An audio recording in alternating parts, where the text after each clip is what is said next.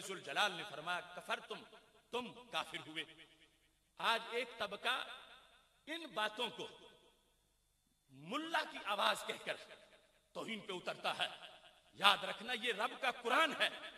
کفرتم، تم کافر ہوئے، کس جرم پر؟ کہ جو تم نے توہین رسالت کی۔ توہین رسالت کا جرم یہ بندے کو کافر بنا دیتا ہے۔ یہ مفتی کا فتویٰ نہیں، یہ رب کے قرآن کا فیصلہ ہے۔ اور اس کے ساتھ یہ بھی سوچنا ہے کہ وہ استہزاء کیا ہوگا کہ جس کو کفر کہا گیا۔ آج لوگ گستاخانہ روش کی وجہ سے ہاضمے بڑے تیز ہو گئے ہیں اور وہ گستاخی کو گستاخی سمجھ ہی نہیں رہے اور اتنی بے لگام اور آزادانہ گفتگو کرتے ہیں شان رسالت کے بارے میں۔ میں قرآن سے ایک مثال دینا چاہتا ہوں تاکہ سارے سننے والے محتاط رہیں۔ اگر کہیں پہلے ایسا ہوا تو ایسا نہیں ہونا چاہیے، اور پوری طرح میڈیا کے افراد اور پوری دنیا میں جو لوگ میرے محبوب علیہ السلام کے بارے میں گفتگو کرتے ہیں انہیں پہلے سوچنا چاہیے۔ ادب گاہے زیر آسماں از عرش نازک تر، نفس گم کردہ می آید جنید و بایزیدین جا، کہ وہ بولنا چاہتے ہیں تو اس ذات کے بارے میں۔ اب اس کا ایک معیار میں قرآن سے پیش کرتا ہوں۔ قرآن مجید برہان رشید کی سورہ انبیاء آیت نمبر 36 ہے۔ رب ذوالجلال ارشاد فرماتا ہے وَإِذَا رَآكَ الَّذِينَ كَفَرُوا إِن يَتَّخِذُونَكَ إِلَّا هُزُوًا، میرے محبوب جب تجھے کافر دیکھتے ہیں تو وہ تمہارا مذاق اڑاتے ہیں۔ کیا چیز ہے جس کو مذاق کہا گیا؟ وہ آگے آیت میں ذکر ہے، وہ ہے اَهَذَا الَّذِي يَذْكُرُ آلِهَتَكُمْ، یہ ہے وہ، آپس میں ایک دوسرے کو کہتے ہیں یہ ہے وہ جو تمہارے بتوں کو برا کہتے ہیں، یہ ہے وہ جو تمہارے بتوں کو برا کہتے ہیں۔ میں توجہ دلانا چاہتا ہوں، ایک ہے وہ بات جو ہمارے نبی علیہ السلام کا منصب نہ ہو وہ سرکار کی طرف منسوب کی جائے، ایک ہے سرکار کی کسی صفت کا انکار کر کے تنقید کی جائے۔ اب یہ وصف تو میرے نبی علیہ السلام میں موجود ہے، کیا کہ آپ بتوں کی خبر لیتے ہیں، بتوں پہ تنقید کرتے ہیں، بتوں پہ تابڑ توڑ حملے کرتے ہیں، بتوں کو برا کہتے ہیں، یہ وصف آپ کا موجود ہے، لیکن صرف بیان مذاق کے انداز میں کیا جا رہا ہے، صرف انداز جو ہے وہ غلط ہے، ورنہ تو یہ سرکار کی شان ہے کہ آپ بتوں کی مذمت کرتے ہیں، اور یہ توحید کا آپ کا عقیدہ ہے کہ آپ رب کی شان بیان کرتے ہیں، بتوں کو برا کہتے ہیں۔ اب کافروں نے بھی یہی کہا کہ یہ وہ انسان ہے جو بتوں کو برا کہتے ہیں، لیکن رب نے کیا کہا؟ فرمایا یہ مذاق اڑا رہے ہیں۔ کیوں؟ کہ وہ کہتے ہیں اَهَذَا الَّذِي يَذْكُرُ آلِهَتَكُمْ، یہ ہے وہ جو تمہارے بتوں کو برا کہتے ہیں۔ اب ایک بات وصف ہے میرے نبی علیہ السلام کا، حق ہے، حقیقت ہے، مگر بیان کا انداز جو ہے وہ مذاق والا ہے، وہ توہین والا ہے۔ میرے رب نے فیصلہ کر دیا، ان کی شان یہ ہے کہ اس بات کا بھی میں نوٹس لے رہا ہوں کہ یہ کفار جو اس انداز میں میرے نبی علیہ السلام کا وصف بیان کرتے ہیں تضحیک آمیز لہجے میں، اللہ کہتا ہے یہ عرش کا فیصلہ ہے کہ وہ اس انداز میں بھی میرے نبی کی گستاخی کر رہے ہیں۔ کہاں وہ جرم؟ کوئی گالی بکے، کوئی بکواس کرے، کوئی ہلکا لفظ بولے، وہ تو سرکار کی ذات میں ہے ہی نہیں جو کوئی توہین کرنے والا کرتا ہے۔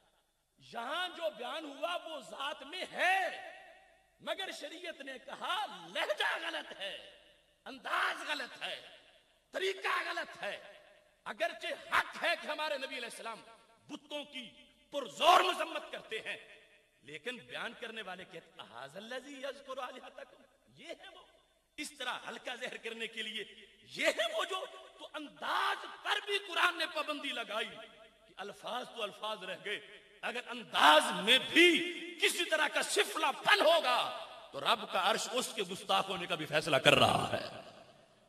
لوگ سمجھتے ہیں شاید کوئی اتنا بڑا پہاڑ گرے گا تو پھر اس کو گستاخی کہا جائے گا، کہتے ہیں کوئی مسلمان سوچ ہی نہیں سکتا کہ وہ ایسا کرے، تو سوچ نہیں سکتا مسلمان، اس کی زبان پر پہرا لگانے کی ضرورت ہے کہ اس نے بولنا ہے تو کیسے بولنا ہے۔ یہاں پر صرف انداز پر جو بات کی وہ سچی بات ہے مگر انداز جھوٹا ہے، تو خالق کائنات نے مقام نبوت کا اظہار کر دیا، فرمایا تم نے جس نے بھی میرے محبوب علیہ الصلوۃ والسلام کی شان بیان کرنی ہے اس نے جو مضمون ہے وہ بھی سچا بیان کرنا ہے اور انداز بھی وہ رکھنا ہے جو عزت والا انداز ہوتا ہے۔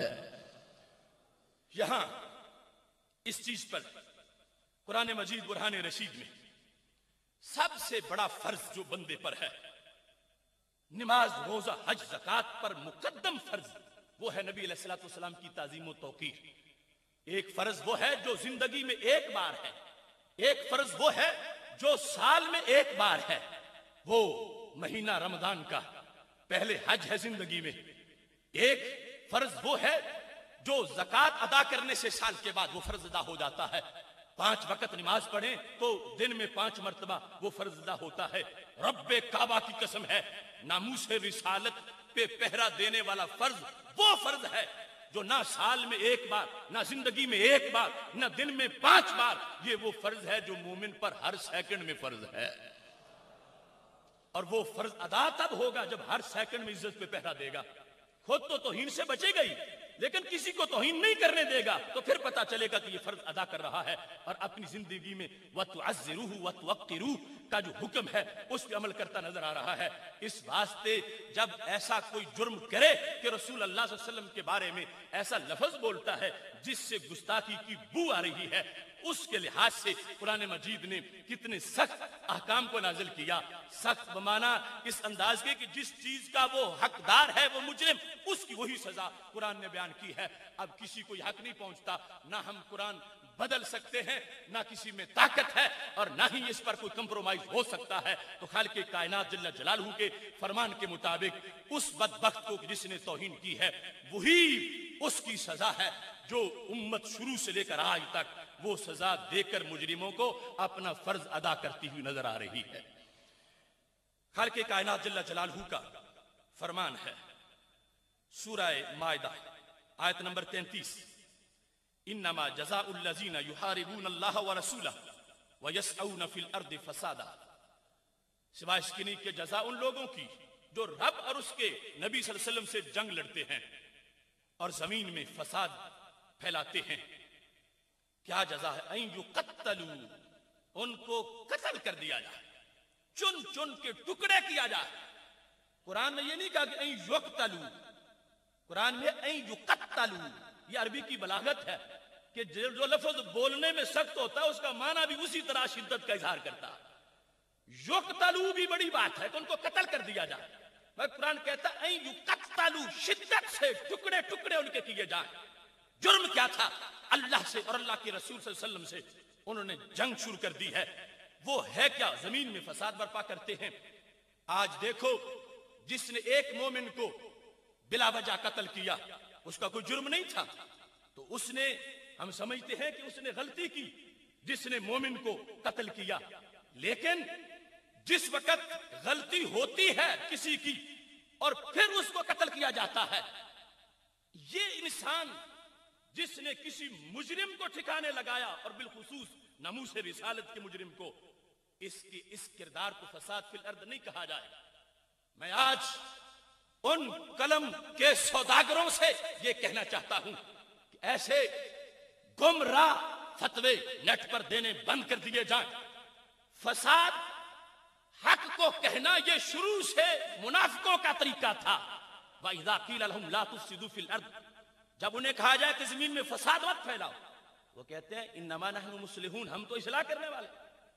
تو جو فساد کا ارتکاب کر رہا ہوتا ہے، قتل و قتال میں یہ چھوٹے درجے کا فساد ہے، سب سے بڑا فساد یہ ہے کہ جو شخص زمین پر میرے نبی علیہ الصلوۃ والسلام کو گالی دیتا ہے، توہین کرتا ہے، جو میں تعریف پہلے بتا رہا ہوں کہ توہین کہاں سے شروع ہوتی ہے، یہ سب سے بڑا مفسد ہے، سب سے بڑا فسادی ہے، سب سے بڑا باغی ہے۔ تم تجربہ کر کے دیکھ لو، رب کعبہ کی قسم ہے، تم میں سے کسی کے باپ کو کوئی قتل کر دے، بیٹے کو قتل کر دے، بھائی کو قتل کر دے، دل کو وہ آگ نہیں لگے گی جو آگ اگر تمہارے سامنے کوئی نبی علیہ السلام کی توہین کرے تو لگ جائے گی۔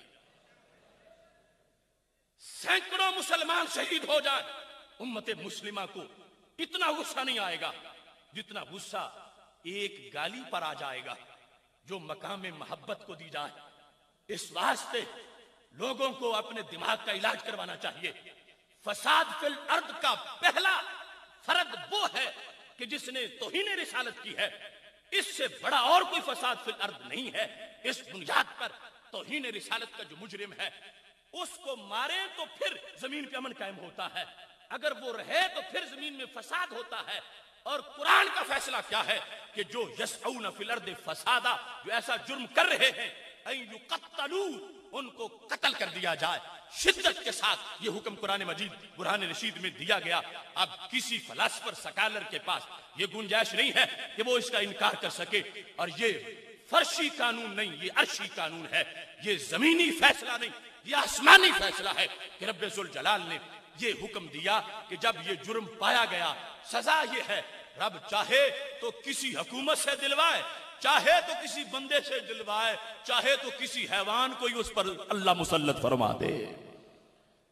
یہاں یہ بات ذہن میں رکھنی چاہیے.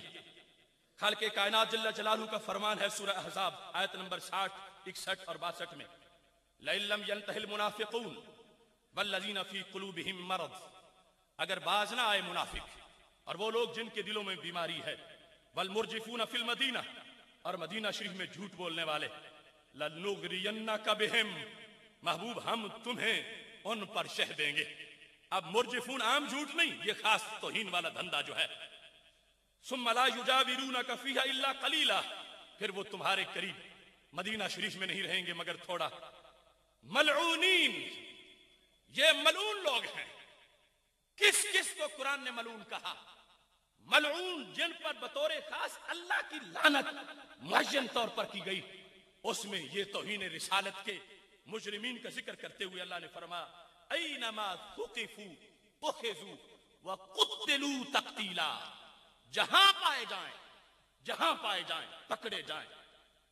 کیا ہو قتلوا, یہاں بھی قتلوا نہیں کہا کہ وہ قتل کیے جائیں, بلکہ قتلوا, چن چن کے مارا جائے, گن گن کے مارا جائے, ان کے ٹکڑے کیے جائیں. اور پھر تاکید کے طور پر تقتیلا, مصدر مفعول مطلق جو تاکید کے لیے ہوتا ہے وہ بھی رب ذوالجلال نے استعمال کیا.